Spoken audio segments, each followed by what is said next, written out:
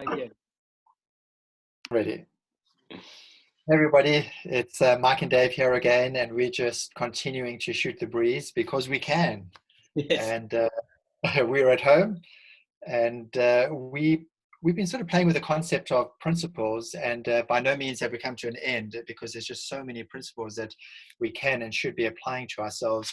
As we said last week, it's the eighth beat, the head to toes that we often need to get back to. But we thought we'd start off today a little bit differently. I love the imagery of wisdom, and wisdom's this lady. She's got a little bit of attitude, but she's always present with us, and she's asking the question, what are you learning? Are you gaining insight? Are you gaining new thoughts, your reflection, your contemplation? And hopefully we are gaining a lot of insight and a lot of wisdom, as we just noticed, and we take heed of what's going on around us. So the question I want to throw out to Dave, to you, and then to myself as well, is what are our insights? Are there any insights? Are we learning? Are we growing? Are we becoming more wise through this process? So, my wise buddy, how are you doing? And are you becoming wiser? Yeah, well, look, we're 4 or 5 weeks into this now, aren't we? So if we're not going mad, then I'm hoping we're getting wiser, one of the two. Yeah. I love your picture of wisdom.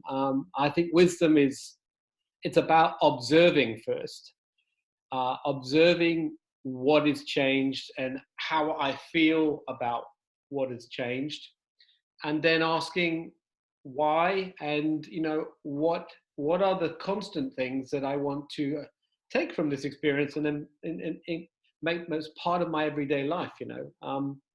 So I've gone to a whole raft of emotions in this 4 or 5 weeks, and noticed quite a lot of things. I guess the first one I've noticed fairly early on is the need for routine. I love working out of coffee shops, and I didn't realize how much I'd miss leaving the house to go and sit up in a coffee shop and and work, or leave the house and go in a car and go meet someone. The routine of going out and seeing someone, and realize just generally the whole need of routine in our lives to keep some sense of perspective and sanity. Couple of things I've done. I've deliberately made the weekends as different as I can from the week. So lie in bed a lot on the weekends, then get up at exactly the same time every morning when it's weekdays, and try and establish some routine. Also, when I've got meetings on that I need to go to, I go and put a shirt on, make myself feel like I'm at work, So I've observed the need for routine, and the lack of it, how it does throw me in these times. I remember years ago hearing some tapes. That's how long ago it was. Tapes by Tim Robbins, and he spoke about the needs that we as people have. And I've actually always remembered it and used it in many workshops. But he spoke about 6 needs, and that generally you guys are saying the same thing. But I liked his terminology, and he said we all have a need for certainty, and then he spoke about, and we all have a need for uncertainty. Variety, yes. Yeah. So and it's a bit of a tension. So the need for certainty. Will there be some money in my bank account at the end of the month? Do I have a place to sleep tonight? And then uncertainty, who's going to win the rugby? That sort of uncertainty that we don't have. Some people need more certainty than uncertainty. Some people need more uncertainty than certainty. But what I like about what you're saying is that in today's world, which is very uncertain, we might need to create elements of certainty. And it could be just, like you said, the weekend, there's a clear cutoff point. I was speaking to a guy last week, Friday, and he was sharing with me some insights that he's gained. And one of the insights that he said he gained after week 1 was he realized he had to put on different clothes when it was time for him to work. Yes. Although today is not a good example. Yeah. And I can still remember his words. He said the first week, he was in his slops and his Bermuda top and he was working. But he said after 1 week, he knew that he had to get up, shower and put some work clothes on, even though he's staying at home, because the close created that element of certainty Yeah. of a prediction of what it is that he needed to do. Yeah. And then come 5 o'clock, he gets out the close, he gets into the other close, and Yeah. it's almost like he's crossing a border. Yeah. It's that routine what we're talking about, isn't it? Yeah. Establishment of a routine. Yeah. And so in uncertain times, we might actually create certainty within the uncertainty, and it can be brought about by some very, very small things, such as just changing your clothes. Yeah. Interesting, yeah. It's amazing, you know, actually it's those things that make such a big difference. So in my work, as you know, there's quite a large team. There's 50, 60 people in my team, and so none of them can work in an office. So everybody's now working from home. And I was thinking about how things have developed over the last 4 weeks of our team. And, you know, it's fundamentally going to change the way my business works, because actually people have been more productive since they've been working from home, more inclusive. All the meetings, lots more people have been able to be invited into them. So there's no geographical boundaries. And I think the word has been intentionality. There's been far more intentionality.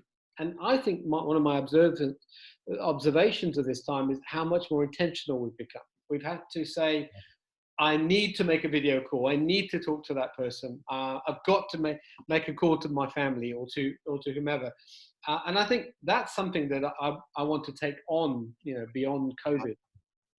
Yeah, it's interesting you say that, you know, because I'm working with a team as well, and we were talking last week and just trying to gather some of the insights. And one of the things that the team said is that we are feeling more connected with each other, even though we have got distance. Yes. Yes.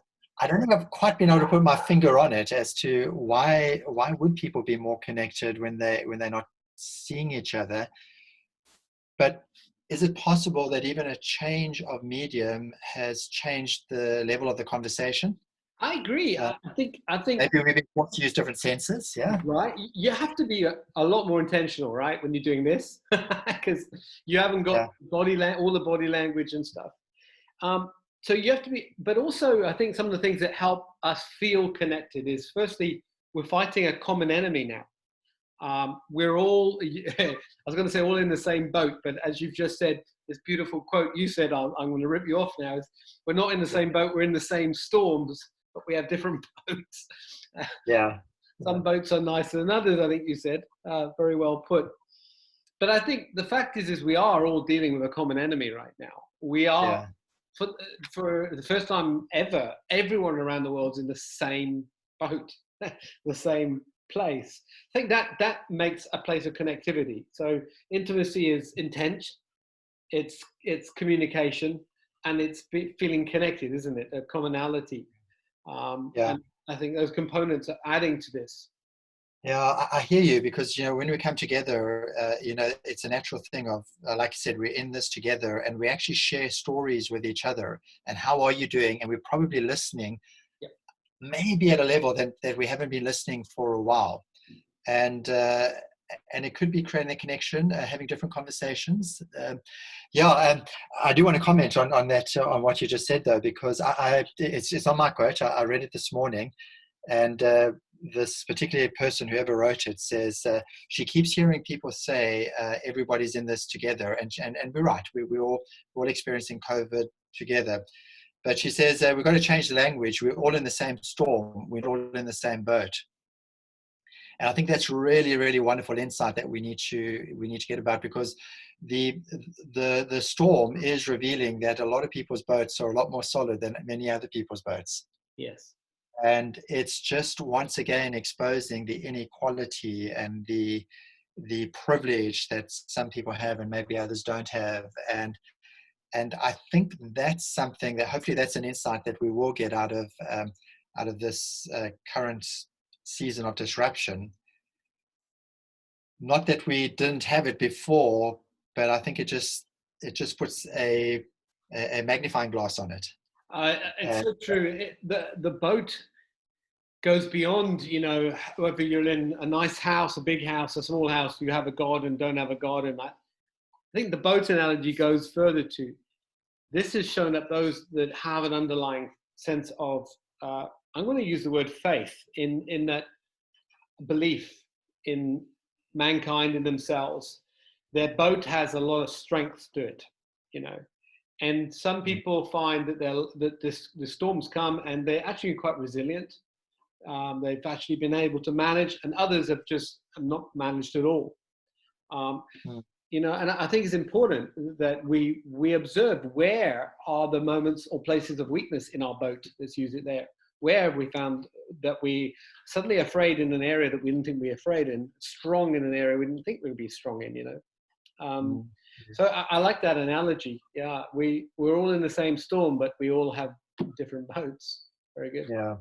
Yeah, it's an interesting point you raised there, because I hadn't quite thought of it from that perspective. So a person's boat might be weak because of social economic factors, things such as inequality, political issues, geographical placement in the world.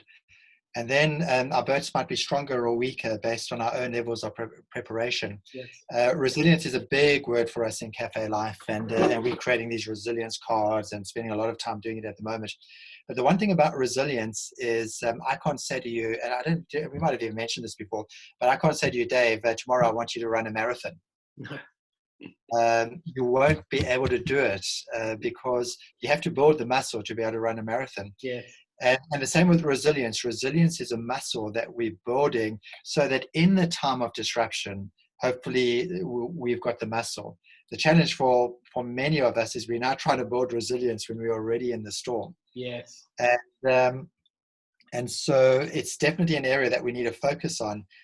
How do we build resilience when the sun's shining, so that when the storm comes, we actually can endure. And you and I have had some conversations outside of this, which says in many institutions and places, we haven't actually taught people for endurance. Yes. And now we might be finding ourselves lacking a little bit. Yeah, I think we don't prepare ourselves for times of crisis. You know, we hope that we'll never be in crisis and life will always be great. But I think that we do need to prepare ourselves as people to be able to handle when life throws all of its challenges at us. You know, I think that's part of good life coaching. I think it's about good development skills. And learning, some of that is learning to live with less. A lot of us have had to learn to live with less over this time. And I know in South Africa you can't have any alcohol. That's a lot of less for some people. Not driving your car, not going to McDonald's, not going to Starbucks or wherever it is. We're learning to live with less. That's a good discipline, and maybe even in times of plenty, we need to learn to have times of learning to live with less, to prepare us to make sure that we are okay, in these times of scarcity.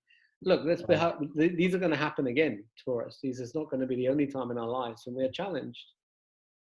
And that's a wonderful piece of wisdom that you've named over there.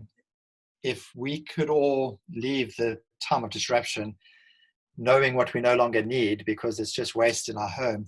And I saw something beautiful on Sky News today where this particular person was picking up a laptop from somebody's home to take to somebody who doesn't have a laptop because of education. And how beautiful, we've got two. We don't need two. We just need the one.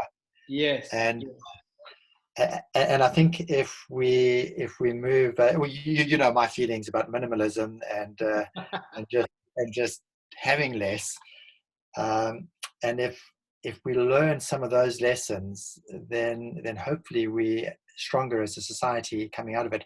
But wow, Dave, I just love this because I think we've gone from needing a rhythm to talking about boats being different to talking about being less, just sort of in an unstructured way, just shooting the breeze, and it's just so cool. Yes, I love about unscripted podcasts. But there is we haven't landed one thing, but we've spoken about stuff. Yeah. There is a thread through all of this, There was something I wanted to come back on, and that was, we were talking about communicating and how actually I've experienced it in my business, and I think listening to people out there, people have experienced a sense of intimacy, an increased sense of intimacy. There's a word that I think, though, is very powerful at this time, and that word is empathy. And I think that what people are experiencing, and some for the first time, is the ability to have empathy.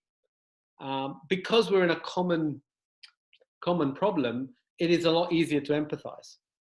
And yet, I think empathy is one of the most underworked muscles that we have, and one of those muscles that we need to take on and work harder, even when this crisis is over. The ability to put oneself in someone else's shoes and experience or feel what they are feeling and understand what they're feeling, and then mirror it back to someone, is one of the most powerful tools for building intimacy and connectivity. And I think that's probably one of the things that people are experiencing, maybe intrinsically or unbeknownst to them, is they're learning empathy. Yeah, which is causing people to say, wow, we feel closer, even though we're in different rooms. So, all right. So how about this week, we'll just keep playing around with what are insights, what are reflections, what is wisdom teaching us? I'm sure we'll come back to some of these things, but sleep on it tonight. What is it? If wisdom is this woman and she's talking to you and she's saying, I'm here. Are you listening? What is the wisdom we would glean? Imagine coming out of this time and being none the wiser. Yeah. Now that's despair. What a waste. That's despair. Yeah. So I think it was Viktor Frankl who said, despair is suffering without meaning. And the moment we gain wisdom, it doesn't take the bad situation away, but there is a redemptiveness to wisdom being found. Yeah. Let's grow wisdom. Let's chat tomorrow, Mike. Look forward to it. Yeah, thanks, David. Great. Cheers, eh?